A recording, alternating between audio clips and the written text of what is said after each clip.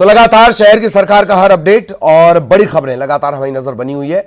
जानकारी की टैली भी आपके पास चल रही है। खास मेहमान लगातार हमारे साथ बने हुए हैं।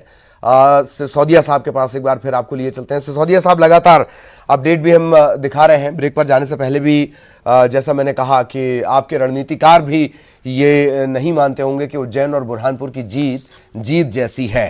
जी नहीं, देखिए, उज्जैन में तो भारतीय जनता पार्टी जीती है। ये बात जरूर है कि हमारी लीड कम हुई, और लीड कम होने का कारण बहुत स्पष्ट है।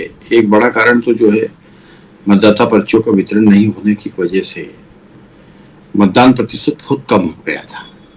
जब मतदान प्रतिशत बहुत कम हुआ था तभी ये समझ में आ रहा था कि जीत का अंतर भी उसी रेशो में कम होगा। और वो हुआ एक बार। अब जहां तक बुरहानपुर की बात है तो बुरहानपुर में निश्चित तौर पर भारतीय जनता पार्टी जीती है, पर जिस प्रकार से कांग्रेस ने वहां पर पॉलिटिक्स करने का काम किया था, पोलराइजेशन करने का काम किया था, कांग्रेस खुद के घेरे में खुद घिरा गई। अपने पोलराइजेशन के साथ साथ वो ये नहीं देख पाई कि उसका वोट शिफ्ट हुआ है। ये भी नहीं देख पाई कि कांग्रेस वहां पर किस प्रकार से जो है दूसरे नंबर पर पहुंची, उसका कारण क्या रहा। ये भी कांग्रेस की रणनीति उस समय जिस प्रकार से समाज को बांटने का काम उन्होंने किया था, जी उसमें कांग्रेस सफल नहीं हो पाई।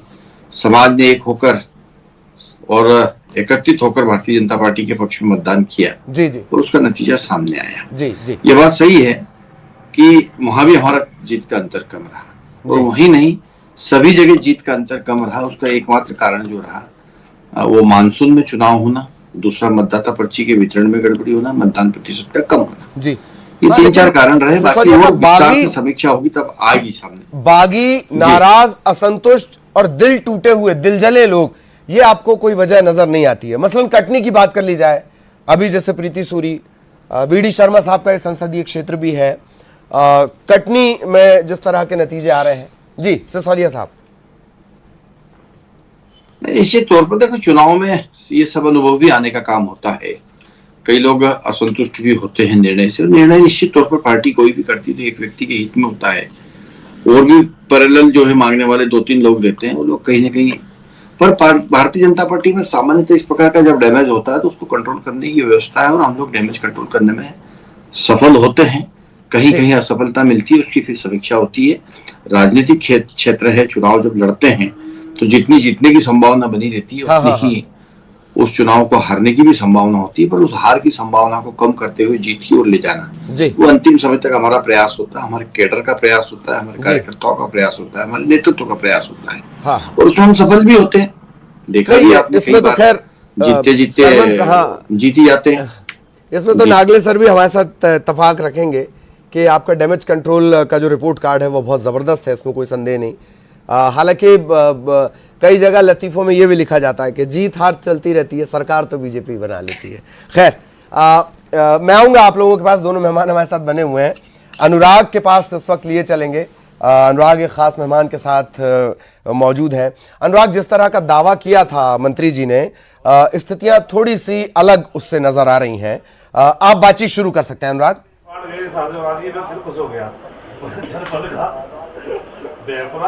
बिल्कुल, देखिए ललित, एक तो सबसे पहले मैं आपको बता दूं कि मुख्यमंत्री शिवराज सिंह चौहान के विधानसभा क्षेत्र रेहटी नसरुल्लागंज में जो है बीजेपी को ज्यादातर सीटों पर जीत हासिल हुई है, लेकिन रीवा में बड़ा उलटफेर निकलकर सामने आ रहा है। यहां पर निर्दलीय जो महापौर पद की उम्मीदवार हैं उनकी बढ़त बढ़ती हुई नजर आ रही है। मुरैना में कांग्रेस लगातार बढ़त बनाए हुए, रीवा में कांग्रेस बढ़त बनाए।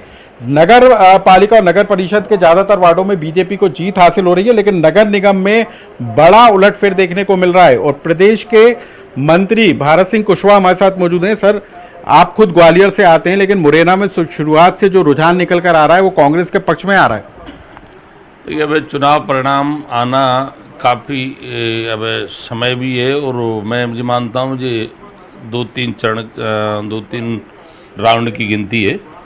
अब कई राउंड बाकी हैं गिनती के लिए, और हमें पूर्ण विश्वास है कि जिस तरह से माननीय शिवराज जी के नेतृत्व में मध्य प्रदेश तरक्की और उन्नति प्रगति की ओर है, उसी का परिणाम है कि सरकार के अच्छे काम, संगठन की कार्यकुशलता के वजह से मध्य प्रदेश के अंदर नगरीय निकाय चुनाव में जो सफलता मिली है और आज जो परिणाम आने वाले हैं, हमें प्रदेश की जनता पर पूर्ण रूप से भरोसा है, विश्वास है कि जनता का आशीर्वाद अधिकतर क्षेत्रों में भारतीय जनता पार्टी को मिलेगा आज के परिणामों में। नगर पालिका और नगर परिषद में तो बेहतर नतीजे दे रही है बीजेपी, लेकिन ग्वालियर चंबल इलाके में सब कुछ ठीक नजर नहीं आ रहा।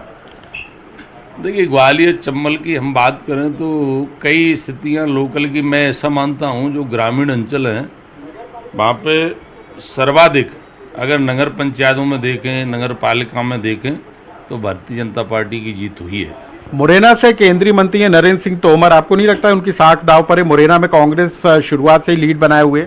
देखिए, जब चुनाव होता है साख सब पार्टी की दाव पे रहती है, कार्यकर्ता की दाव पे रहती है, व्यक्ति विशेष की साख दाव पे नहीं रहती है, मैं ऐसा मानता हूँ। और सभी के सहयोग से कोई भी चुनाव हो, चाहे वार्ड मेंबरी का चुनाव हो, चाहे विधायकी का हो, चाहे सांसदी का, सभी के सहयोग से सफलता मिलती है।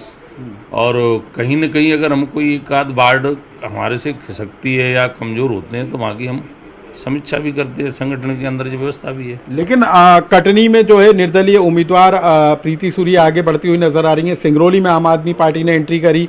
निर्दलियों को जिस तरीके से और तीसरे दल को जिस तरीके से मध्य प्रदेश में एंट्री का रास्ता मिल रहा है, आपको नहीं लगता कि ये भी एक विचार का विषय? देखिए, कई बार देखने को ये मिला है कि पार्षद खुद को जीतने के चक्कर में कई जगह जो स्थिति होती है वो दूसरी तरफ ध्यान नहीं दे पाते हैं कई बार। तो इस प्रकार से कई जगह ऐसी रहती है कि जहाँ रिजल्ट की उम्मीद हो वहाँ रिजल्ट में कम निकल के आता है, तो वहाँ की लोकल की परिस्थितियाँ क्या रही है उसके ऊपर जो स्थानीय चुनाव डिपेंड करते हैं। तो ललित, जो स्थानीय मुद्दे हैं वो नगरीय निकाय के चुनाव में असरदार होते हैं और उन्हीं का असर है कि इस बार जो दूसरे चरण के नतीजे हैं उनमें बड़ा उलटफेर देखने को मिल रहा है। कई जगह पर कांग्रेस से बड़ा है, लेकिन नगर पालिका और नगर परिषद में ज्यादातर वार्ड में बीजेपी को जीत हासिल हो रही है। जी जी, ये बड़े हैरत की बात है कि जब कैंपेन करते हैं नेता तब वो सब तमाम राष्ट्रीय मुद्दों पर चर्चा करते हैं, पर जब नतीजे आते हैं तो वही बताते हैं कि नहीं, स्थानीय कोई फैक्टर रहे होंगे, स्थानीय मुद्दे रहे होंगे, इस वजह से नुकसान हुआ। नागले सर, एक बात और, बड़े निगम में कांग्रेस को बढ़त मिलना, बढ़त मतलब गेन मिलना, और पालिका और परिषद में उनका कमजोर होना, ये मानस बटा हुआ क्यों है मतदाता का? सर देखिए माननीय ललित जी, जब जितना छोटा चुनाव होता उतना बहुत ही पारिवारिक चुनाव होता। हाँ। तो वार्डों में आप देखेंगे कि कांग्रेस बहुत ज़्यादा वार्ड नहीं जीत पाई है, बीजेपी जीती।